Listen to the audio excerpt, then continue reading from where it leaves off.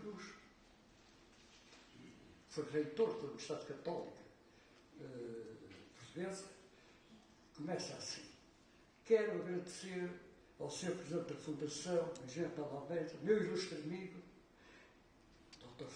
Plantal, o honroso convite para participar do lançamento desta história da Igreja em Timor-Leste, da autoria de Dom Carlos Ximenes Belo, convite e aceitei de imediato, como se de uma obrigação se tratasse.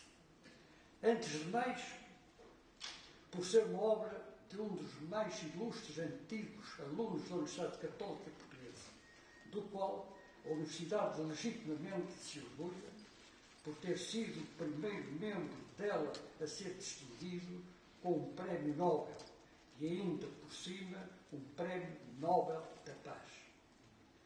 O seu retrato a receber tão alto galardão emoldura em Lisboa, na sede da Universidade, a Sala Timor, de edifício da biblioteca, a recordar a todos os que por lá passam o grande exemplo de atuação em defesa dos valores do Evangelho dado pelo Bispo de Timor, Dom Carlos Ximenes Belo, em tempos de ocupação e violência.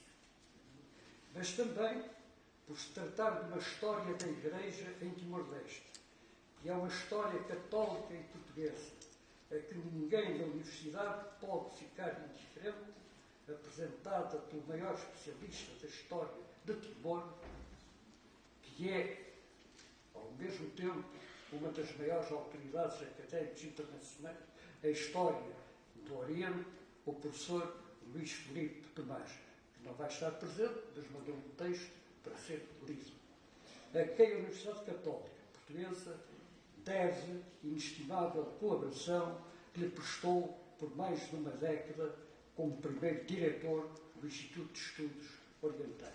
Por último, não menor razão para justificar a aceitação de tão amável convite, o facto de ele me ser dirigido por um benemérito da cultura portuguesa e amigo da Universidade Católica, por acaso sou eu, não é o Dr. Fernando Guerra, que assim me quis associar a tão relevante acontecimento como este, presidido, além do mais, pelo Presidente Jorge Sampaio, de quem tantas provas de distinção e de amizade recebeu ao longo dos anos em que desempenhei ele as funções reitorais na Universidade Católica.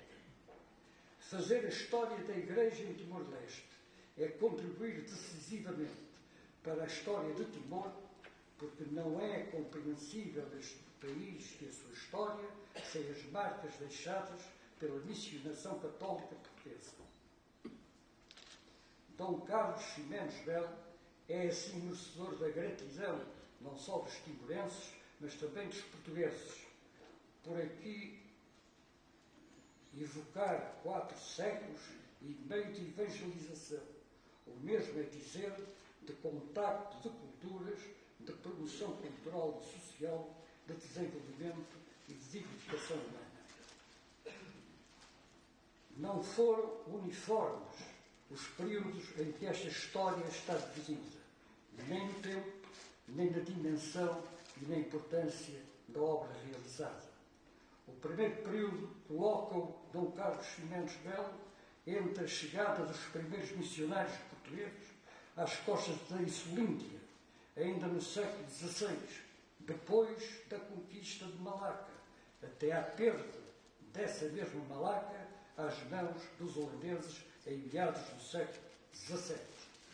É a fase da primeira missionação dos dominicanos portugueses e dos de Doula, onde avulta a figura pioneira de Frei António Taveira, que se dedicaram não apenas a atividades pastorais e religiosas, mas também a tarefas temporais, como as políticas e militares, com destaque para a edificação da fortaleza de Solor.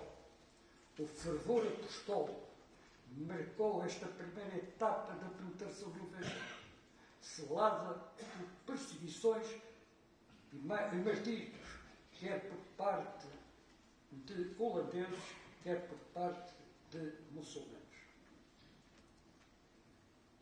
O segundo período inicia-se com a ida dos bispos de Malaca para Timor, mais precisamente a instalação de Dom Frei Manuel de Santo António em Lifal, depois da queda da cidade de Malaca nas mãos dos holandeses, e prolonga-se até a extinção das ordens religiosas nos primórdios do liberalismo português.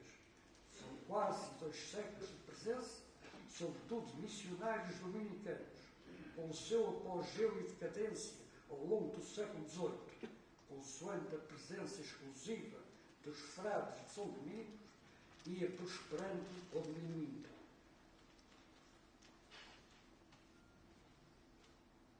Com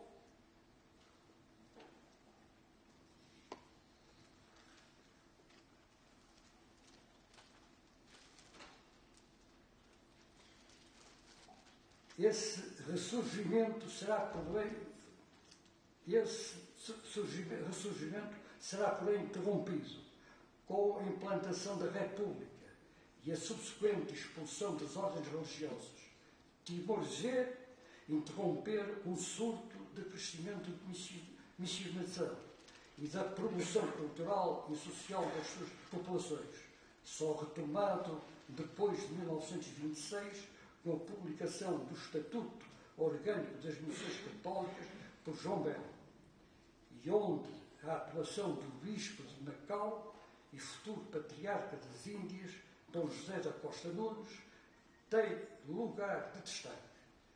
O clero de Timor passa a ser formado no Seminário de São José de Macau, dirigido de novo pelos jesuítas, a partir de 1930. Timor torna-se prefeitura apostólica em 1913 e vicariato apostólico em 1922, mas só será diocese em 1940, sendo seu primeiro bispo D. João Garcia Goulart, apesar da invasão japonesa de 1942 a 1945. As ordens religiosas regressam e retomam a ação educativa, agora enriquecida com a presença dos salesianos. Quem percorre ao longo destas páginas todo este longo processo compreende bem o desejo do bispo de refazer a genealogia da sua diocese, de perspectar as raízes do que lhe foi dado a herança apostólica. Mas o trabalho de Dom Carlos Ximenes Belo vai muito para além disso, possibilitando ao leitor português a confirmação do que não insistentemente tem sido sublinhado pela historiografia da expansão, a saber, que poderio e padroado se interligam indissociavelmente a ponto de não ser possível um sem o outro. Nem a missionação teria sido possível sem a criação das condições políticas, económicas e sociais que a acompanharam, nem a expansão teria ocorrido sem o desígnio missionário. Daí que se perceba que esta dupla força motriz, a fé e o sândalo, que levou os portugueses tão longe e os fez arrostar tão duramente contrariedades e dificuldades sem número, não é descomponível, mas antes se mistura inextricavelmente. Que se compreenda que sempre que o poderio vacila, o padroado se ressentia. Sempre que as crises políticas debilitaram o poder em Lisboa, logo se repercutiram no Oriente distante, na própria missionação. E sempre por sectarismo se perseguiu a Igreja ou as suas ordens religiosas em Portugal.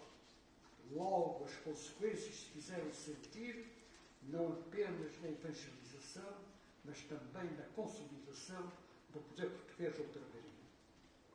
Pelo contrário, sempre que o Estado e a Igreja cooperaram, mesmo que nem sempre com a isenção e respeito das respectivas esferas, os efeitos dessa cooperação reverteram não só em benefício de ambos, mas em proveito de populações distantes. A história da Igreja em Timor-Leste é, em parte, da história de Portugal. Daí se justifica que seja aqui publicada para leitura não apenas dos timorenses, mas também dos portugueses, para melhor nos entendermos a nós mesmos e aos outros, e para a compreensão das responsabilidades que temos para com um povo que se quis irmanar conosco, não apenas no passado, mas também no futuro.